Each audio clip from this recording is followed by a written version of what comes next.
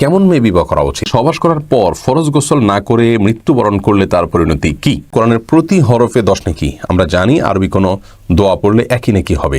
আমার 3 ভরি স্বর্ণ আছে, ব্যাংকে 1 লক্ষ টাকা ঋণ আছে, আমাকে কি জাকাত দিতে হবে? আমি বেশ কিছু টাকা আমার শ্বশুরের নিকট পাবো, যার মেয়াদ 1 বছরের বেশি হয়ে গেছে। এখন উনি দিতে পারছেন না, নগদ ওনার হাতে নেই, কিন্তু ওনার সম্পদ আছে এবং বিক্রি করতে পারলে ফেরত দিবে। এখন এই টাকার জাকাত আমাকে দিতে হবে কিনা? প্রিয় দর্শক, আর দেরি না করে আমরা তাহলে শুরু করছি। যে সমস্ত প্রশ্নগুলো ইতিমধ্যে আসছে এবং ধারাবাহিকভাবে যে সমস্ত জিজ্ঞাসাগুলো আমরা দেখতে পাচ্ছি সেগুলোর জবাব আমরা দেওয়া শুরু করি।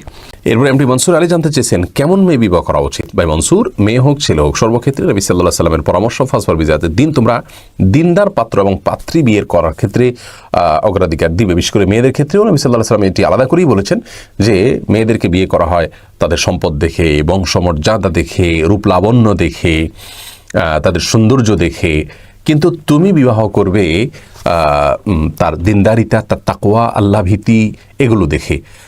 কারণ এটি হলো মূল উপভোগ্য এবং এটি হলো একজন মানুষের সবচেয়ে গুরুত্বপূর্ণ দিক এবং মূল্যবান অ্যাসেট, যার কারণে অন্য যেসব বিষয়গুলো আছে সেগুলো সবগুলো ক্ষণস্থায়ী এবং সেগুলোর পরেও মানুষের অতৃপ্তি থাকতে পারে, কিন্তু দিনদারিতা যদি প্রকৃত অর্থেই থাকে, আল্লাহর প্রতি ভয় তাকওয়া যদি থাকে, তাহলে সেটি একটি পরিবারকে চরম সুখ এনে দিতে পারে। সেজন্য সব কিছুর উপর দিনদারিকে প্রাধান্য দেওয়া উচিত।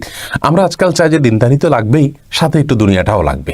এই ভেজালের ভেতরে পড়তে গিয়ে আমরা কিন্তু বিপদের মুখে পড়ে যাই। জন্য দিনদারিতাকে সব কিছুর উপরে অগ্রাধিকার দেওয়া উচিত। যে দিনদারিতা কতটুকু আছে, আপনার অল্প তুষ্টি আছে কিনা, শুকর আদায় করার মানসিকতা আছে কিনা, আল্লাহর প্রতি সন্তুষ্ট কিনা, আল্লাহর ভয় আছে কিনা, বাস এই বিষয়গুলো, আল্লাহর আনুগত্য যদি থাকে, ইনশাআল্লাহ বিদিনা সেরকম মেয়েকেই বিয়ের ক্ষেত্রে অগ্রাধিকার দেওয়া উচিত। ভোরের আলো আইডি থেকে আপনি জানতে চেয়েছেন, সহবাস করার পর ফরজ গোসল না করে মৃত্যুবরণ করলে তার পরিণতি কি? সহবাস করার পর যদি ফরজ গোসল করার সুযোগ না হয়, তার আগেই আল্লাহ তাআলা তার মওত দিয়ে দেন, তাহলে এতে তিনি গুনাহগার হবেন না। আমরা অনেকে মনে করি যে না, ফরজ গোসল করার পর যদি আমার মৃত্যু হয়ে যায়, আল্লাহ না করুন, তাহলে সেক্ষেত্রে বোধ হয় বড় কোনো পাপ নিয়ে সে দুনিয়া থেকে গেছে। মূলত বিষয়টি এরকম নয়। কারণ হলো এটি সম্পূর্ণ তার এখতিয়ার বহির্ভূত বিষয়। মৃত্যু তো কারোর হাতে নয়, কেউ জানেন না। হ্যাঁ, তিনি যদি গোসলটাকে অবহেলা করতে করতে এত বেশি লেট করলেন যে 1 ওয়াক্ত ফরজ সালাতের ওয়াক্ত শেষ হয়ে যাচ্ছে, তবুও গোসল করলেন না, এর মধ্যে মৃত্যু এসে গেল, তাহলে তো সেক্ষেত্রে তিনি সালাতের প্রতি অবহেলা করেছেন, সেই জন্য দায়ী থাকবেন, কিন্তু এর কারণে তিনি কাফের বা বেঈমান হয়ে গেছেন এমন কোনো কিছু কিন্তু না। শামীম ইসলাম জানতে চেয়েছেন, কোরআনের প্রতি হরফে 10 নেকি। আমরা জানি আরবি কোনো দোয়া পড়লে একই নেকি হবে না। ভাই শামীম, আরবি কোনো দোয়া পড়লেও আপনাকে প্রতি হরফে 10 নেকি দেওয়া হবে না। প্রতি হরফে 10 নেকি হবে শুধুমাত্র কোরআনে কারীমের কোনো কিছু আপনি যদি পাঠ করেন একেবারে শুরু থেকে শেষ পর্যন্ত, সেক্ষেত্রে আপনাকে 10 নেকি দেওয়া হবে। কারণ নবী সাল্লাল্লাহু আলাইহি ওয়াসাল্লাম বলেছেন, মান ক্বারা হারফান মিন কিতাবিল্লাহি ফালাহু বিহা 10 হাসানাত আও কামা ক্বালা আলাইহিস সালাতু ওয়াস সালাম। অর্থাৎ যদি কেউ কোরআনে কারীমের একটি অক্ষর, একটি বর্ণ পাঠ করেন, তাহলে সেক্ষেত্রে তিনি 10টি নেকি পাবেন।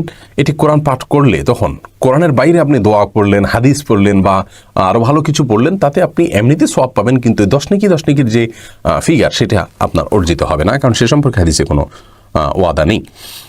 জান্নাতুল ফেরদাউসী বোন, আপনি জানতে চেয়েছেন, আমার 3 ভরি স্বর্ণ আছে, ব্যাংকে 1 লক্ষ টাকা ঋণ আছে, আমাকে কি জাকাত দিতে হবে? জি, আপনার যদি 3 ভরি স্বর্ণ থাকে এবং 1 লক্ষ টাকা থাকে, তাহলে দুইটাকে আপনাকে যোগ করতে হবে।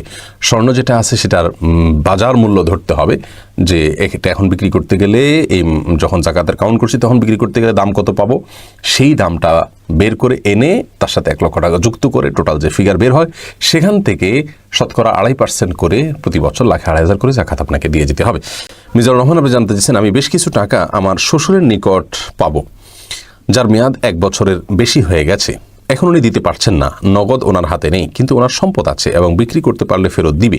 এখন এই টাকার জাকাত আমাকে দিতে হবে কিনা? ভাই মিজানুর রহমান, ঋণের টাকা জাকাত দিতে হবে কিনা এ বিষয়ে বিশুদ্ধ মত হলো যে হ্যাঁ, ঋণের টাকা জাকাত দিতে হবে।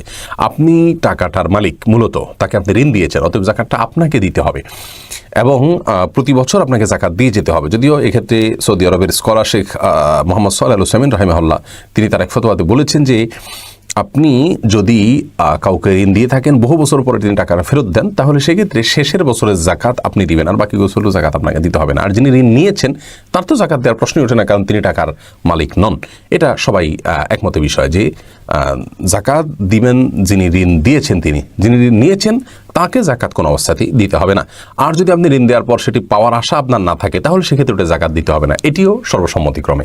অর্থাৎ আপনি যদি তার কাছ থেকে ঋণ টাকাটা পাওয়ার আশা নাই এবং পানও নাই কখনো আলটিমেটলি, তাহলে আপনাকে প্রতি বছর জাকাত দিয়ে যেতে হবে না, যেহেতু টাকাটা আপনার হাতেই নাই এবং আপনি পানি নাই, অতএব এটা জাকাত দিতে হবে না।